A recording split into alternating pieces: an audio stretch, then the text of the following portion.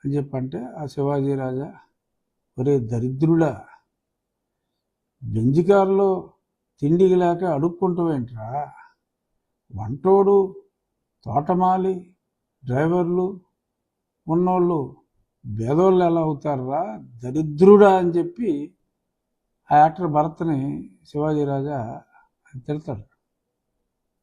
అలాగా మరి ఇప్పుడు జగన్మోహన్ రెడ్డి గారిని ఎంతమంది తిడతారో నాకు తెలియదు.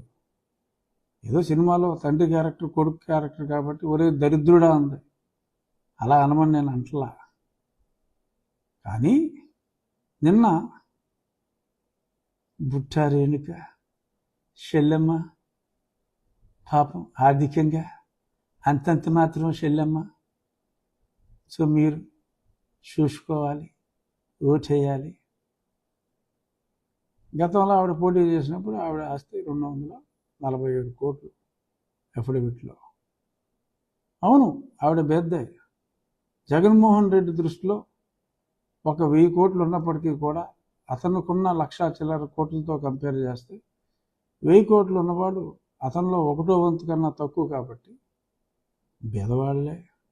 ఆ రకంగా పాపం బుట్టా రేణుక పాపం బేద. ఇటువంటి బేదల పక్షాన్నే ఆయన పెత్తందారులతో పోరాడుతూ ఉంటాడని చెప్పి అనిపిస్తుంది. అలాగే ఇంకా 5 సార్లు ఎమ్మెల్యే చేశారు రాంభూపాల్ రెడ్డి గారు, పాపం ఇతను కూడా ఆర్థికంగా అంతంత మాత్రమే. మరి సీట్ ఇచ్చేటప్పుడే ఉన్న క్యాష్లో అంతా తీసేసుకుంటే ఆర్థికంగా అంతంత మాత్రమే కదమ్మా జగన్మోహన్ రెడ్డి. సో ఇలా ఒక 5గురిని ప్రవేశపెట్టి పాపం ఆర్థికంగా అంతంత మాత్రం అని చెప్పి మరి ఆయన చెప్పాడు.